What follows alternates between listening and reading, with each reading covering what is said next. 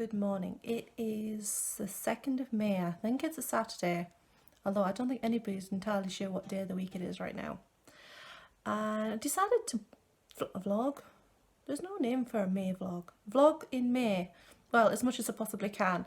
I'm not going to beat myself up over if I miss days. So I don't think we have a name for vlogging in May. Vlog? Flay? No, that doesn't sound right. I could have made it a me-made May vlogging series, but although I plan on doing some sewing this month, it's not going to happen every day. Probably not today, for example. So I can't even call it that.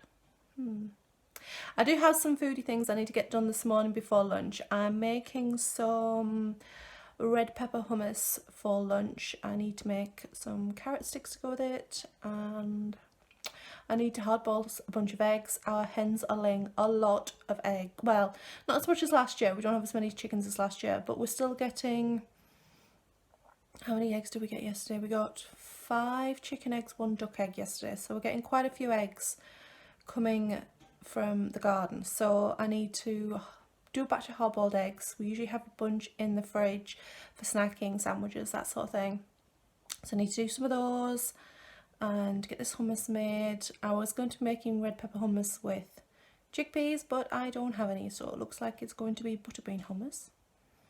And yeah, get some foodie bits out the way and then decide what I'm going to do later on this afternoon. I'm not going to make this a tutorial on how to make hummus, but you'll be able to see what I'm doing. I'm just quickly tell you what I'm putting in. I'm putting butter beans, olive oil, salt, lime juice, black pepper, some roast red pepper, garlic, cumin. That's my carrots I have to peel. And we've got some breadsticks left over from Christmas. And I'll video it and put it on fast so you can see what I do, but I'm not doing a tutorial on this.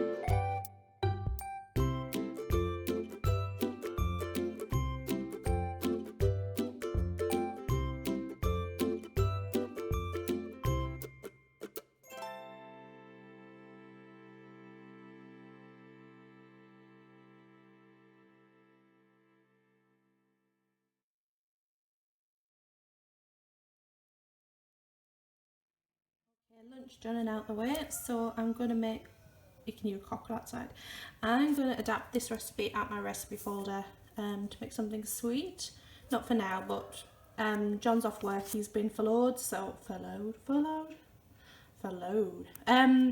so he's at home a lot, so we're getting through cake and biscuits and such like. So I made this since my boys were little, so that's a long time ago, and I can't remember what it's like, but I'm going to make a variation upon it. So I don't have Weetabix, but I do have Weetabix, and I don't have any plain chocolate, but I do have this really bad jar of, not bad, but not very nice jar of chocolate spread. It's it doesn't, I don't recommend this at all. It separates out really easy, even just in a reasonably warm kitchen. So there's about half of this jar left, about 200 grams of it. So I'm going to use that in place of the plain chocolate. But because it's not chocolate and it doesn't set like chocolate, I'll be reducing down the amount of butter in this recipe to about half, I think, and the golden syrup I'll reduce down to half too. I'm going to use a mixture of either sultanas or raisins. I've got the sultanas out, but I might use raisins actually, and cranberries. And because I'll be using less butter, I will reduce down the amount of Oaty Bix I use as well. I'll probably not use any more than 10 crushed Oaty Bix, and then I can just pop it in the fridge, and hopefully this won't take long to make.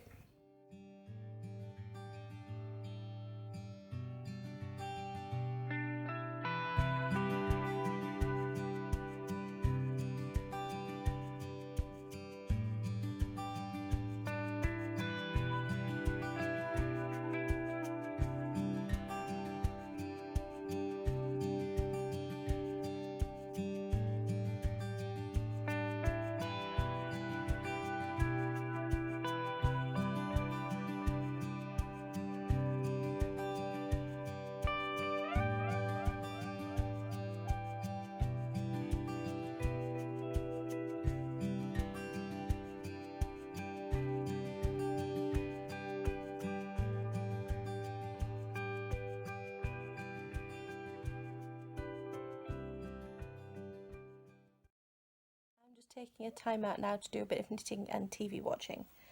I'm finding and getting through a reasonable amount of knitting, definitely more crafting time than I did before the lockdown. I like keeping my hands busy when I'm watching TV, and I've been getting through quite a lot of my knitting whips. If you go on my Ravelry project page, I had a lot of whips before this started, and I've been trying to get through quite a few of them. Mostly these short ones to begin with, so there's been a lot of sock knitting, and I hadn't realised just how many socks I had on the needles, but I've got them off the needles now, but I actually just cast on a new sock last night, so... But that does mean I have the larger whips to get through, so I've been going through some of my older ones and working on those. A bit of each at a time, because some of the more complicated stuff I will work on in the daytime when I can focus more on it. Or in the morning first thing. Been getting up quite early with the cats lately. They've been waking me up usually between 5 and 6 in the morning, so it's nice to have a bit of quiet time and a cup of tea and just do a bit of thinky type knitting. You know, things like... when you've got to separate for body and sleeves, or doing a bit of cabling, things like that, and leaving the easier knitting for an evening when we're watching TV, because we don't watch a lot of TV in the day. At the minute I've been kind of watching podcasts whilst knitting this afternoon. So I'll just quickly show you what I'm actually working on at the moment. So this afternoon I've been working on my Zweig. I picked this back up yesterday, day before yesterday. All the yoke had already been done, all the lace work and what have you, so I'm just working on the body now. So it's got several rows of plain stockinette, and then there's 3 rows of this like little wee cable pattern.